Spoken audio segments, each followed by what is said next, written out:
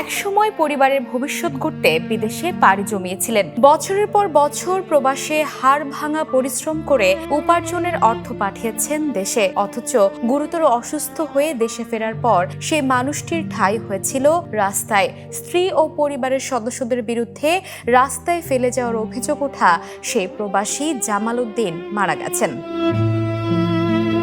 সোমবার বেলা 3:30টার দিকে টাঙ্গাইলের সখীপুর উপজেলার কালমেঘা গ্রামে ভাতিজি ইসমতারার বাড়িতে তার মৃত্যু হয়। জামাল উদ্দিন দীর্ঘদিন ধরে কিডনি জটিলতায় ভুগছিলেন। তার দুটি কিডনি বিকল হয়ে গিয়েছিল বলে পারিবারিক সূত্রে জানিয়েছে। শারীরিক অবস্থার অবনতি হলে গত 4 আগস্ট স্থানীয়দের কাছ থেকে চাঁদা তুলে তাকে সখীপুর উপজেলা স্বাস্থ্য কমপ্লেক্সে ভর্তি করা হয়।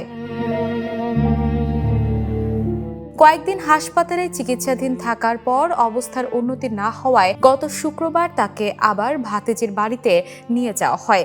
সেখানে বাড়িতে আলাদা কোনো ঘর না থাকায় বারান্দাতেই তার থাকার ব্যবস্থা করা হয়েছিল। জামালকে ঘিরে আলোচনার সূত্রপাত অবশ্য আরও আগে। গত 1 আগস্ট গভীর রাতে কালমেঘা এলাকায় পৈতৃক ভিটার কাছে একটি সড়কে তাকে ফেলে যাওয়ার অভিযোগ ওঠে স্ত্রী ও পরিবারের সদস্যদের বিরুদ্ধে। পরদিন সকালে স্থানীয়রা অসুস্থ অবস্থায় তাকে রাস্তায় পড়ে থাকতে দেখেন। এর মধ্যে বৃষ্টি শুরু হলে ভাতিজি ইসমতারা তাকে সেখান থেকে উদ্ধার করে নিজের বাড়িতে নিয়ে যান। অসুস্থ এক মানুষকে রাতের আধারে রাস্তায় ফেলে যাওয়ার অভিযোগ ছড়িয়ে পড়লে ঘটনাটি সামাজিক যোগাযোগ মাধ্যম ও সংবাদ মাধ্যমে ব্যাপক আলোচনার জন্ম দেয়।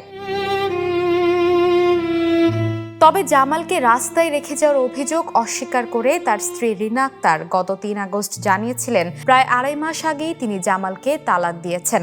তার দাবি ছিল আইনগত সম্পর্ক না থাকায় জামালকে গাড়িতে করে তার নিজ গ্রামে রেখে আসা হয়েছে।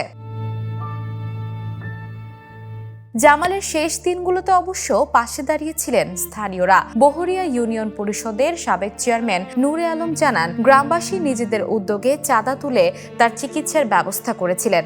এখন সেই গ্রামবাসীরাই আবার চাঁদা তুলে জামাল উদ্দিনের দাফনের ব্যবস্থা করছেন। প্রবাসে কাটিয়েছেন জীবনের গুরুত্বপূর্ণ 12 বছর। পরিবারের জন্য উপার্জন করেছেন, কিন্তু জীবনের শেষ অধ্যায়ে আশ্রয় জুটেছিল অন্যের বারান্দায়। শেষ পর্যন্ত সেই অসহায় জামালের জীবনও থেমে গেল, রেখে গেল পরিবার, দায়িত্ব আর মানবিকতার কঠিন কিছু প্রশ্ন। Desk report, the news.